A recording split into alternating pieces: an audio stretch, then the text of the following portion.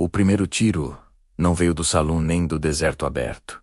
Veio de dentro da cabeça de Elias Crow, antes mesmo de ele acordar. Um estalo seco de memória e culpa que o fazia levantar suado, com gosto de ferro na boca, sabendo que naquele dia alguém morreria. Porque sempre morria quando o sol nascia daquele jeito torto sobre a cidade de poeira chamada Santa Lúcia, uma cidade que não aparecia em mapas e não queria ser lembrada, onde homens enterravam nomes junto com corpos e chamavam isso de progresso. E Elias Crow era o homem que todos acreditavam conhecer, mas ninguém realmente conhecia um pistoleiro silencioso, caçador de recompensas por necessidade, assassino por consequência que carregava um passado colado à pele como sombra a uma aldeia.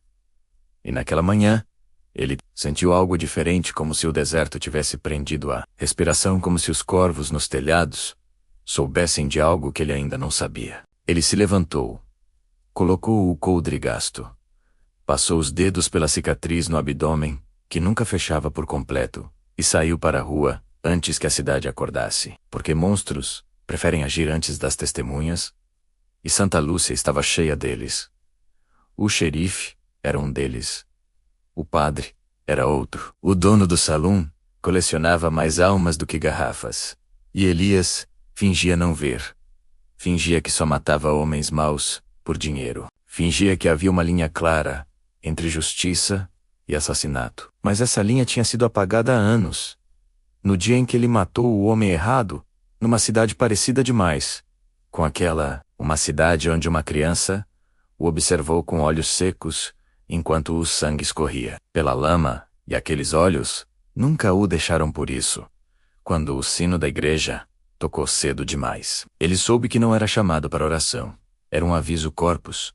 Sempre chamavam.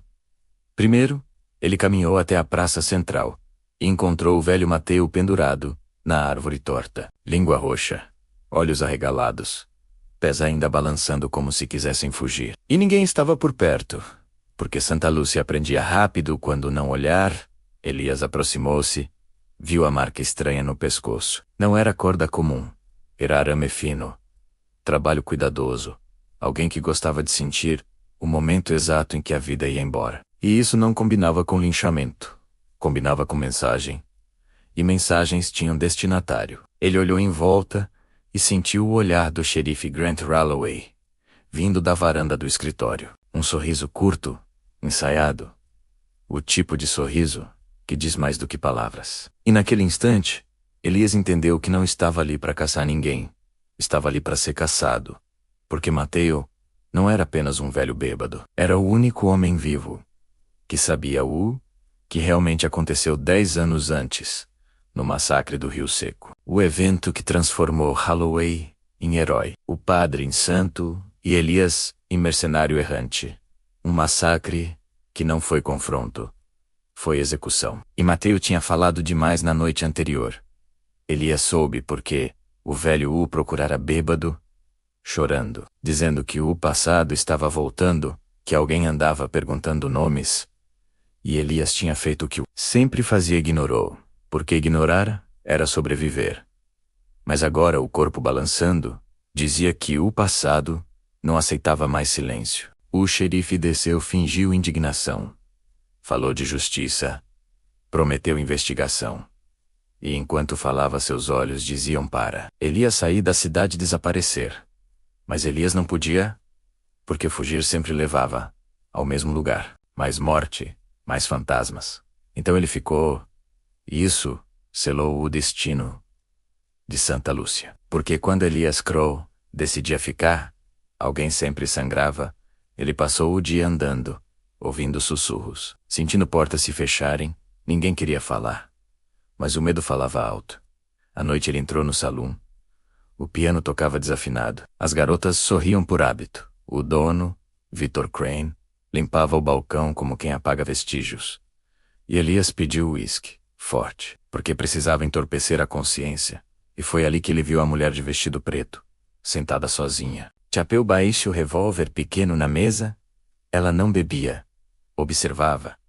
Olhos frios como lâmina nova. E quando ela levantou o olhar, Elias sentiu outro tiro invisível. porque reconheceu aqueles olhos. Não o rosto, mas os olhos da criança do passado, agora adultos. Cheios de ódio treinado, ela se aproximou. Sentou sem pedir permissão e disse o nome dele, como se cuspisse, Elias Crow, e disse que se chamava Rosa Morales, filha de Miguel Morales, o homem errado que Elias matou anos atrás. O homem que implorou, dizendo que não era parte daquilo, e não era... Mas Elias atirou mesmo assim porque ordens pagam melhor que dúvidas.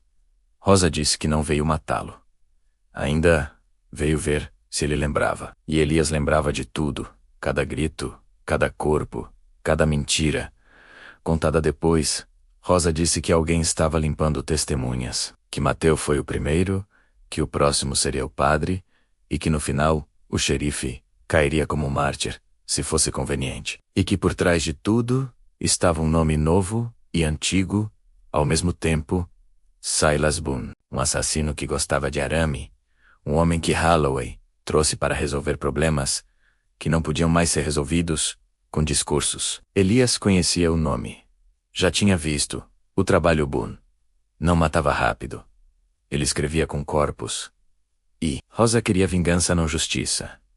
E ofereceu um acordo silencioso. Ajudá-la a matar Boone e Holloway. E depois, ela decidiria o que fazer com Elias. E ele aceitou porque não aceitar seria morrer de outro jeito. Nos dias seguintes, corpos começaram a aparecer. O padre foi encontrado ajoelhado no confessionário, com a garganta aberta. Confissão final forçada, Victor Crane desapareceu. Só o sangue atrás do balcão contou a história. Holloway decretou toque de recolher. Armou homens, transformou a cidade num barril de pólvora, enquanto Boone caçava à noite, deixando símbolos, e Elias e Rosa caçavam Boone. Dois predadores seguindo o mesmo rastro. A tensão entre eles era densa, feita de ódio e necessidade. E aos poucos, Elias contou a verdade, não a versão limpa, mas a suja. Disse que sabia que Miguel era inocente. Disse que atirou mesmo assim. Disse que viveu fugindo disso. Rosa ouviu sem chorar, porque lágrimas já tinham secado anos atrás. Ela disse que isso não o absolvia, mas o tornava humano o suficiente para sofrer. E sofrimento era um começo. Eles encontraram Boone no antigo matadouro, fora da cidade pendurando mais um homem, e o confronto foi brutal. Boone sorriu. Reconheceu. Elias disse que ambos eram iguais ferramentas. Só que Boone aceitava-o. Que era Rosa, atirou primeiro Boone. Riu mesmo ferido, atacou o arame, cortou fundo. Elias quase morreu. Mas Rosa terminou o serviço, um tiro na cabeça seco, sem discurso. E o silêncio depois foi pesado. Mas não era o fim. Porque Holloway ainda respirava. E o xerife reuniu a cidade. Culpou Elias, chamou de demônio. Prometeu enforcamento público e a cidade cansada. E com medo, acreditou. Porque acreditar é mais fácil que enfrentar a verdade. Elias se entregou. Porque fugir não salvaria Rosa, nem mudaria nada. Na manhã do enforcamento a praça estava cheia. O sol cruel. Holloway discursava sobre lei, sobre sacrifício, sobre ordem. E quando a corda foi colocada no pescoço de Elias, Rosa apareceu entre a multidão, levantou a arma e começou a falar. Gritou nomes, contou o massacre do Rio Seco, apontou testemunhas mortas, mostrou provas que Boone carregava, e por um instante, a cidade vacilou. Holloway tentou atirar, mas Elias se jogou a corda. Estalou o tiro. Errou Rosa. Acertou Holloway. Caiu sangue misturado à poeira, e não houve aplauso, só silêncio, porque a verdade nunca é bonita. Elias caiu de joelhos.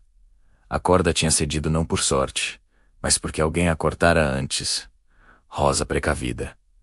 E ali, diante de todos, Elias Crow caminhou para fora de Santa Lúcia, não como herói, não como vilão,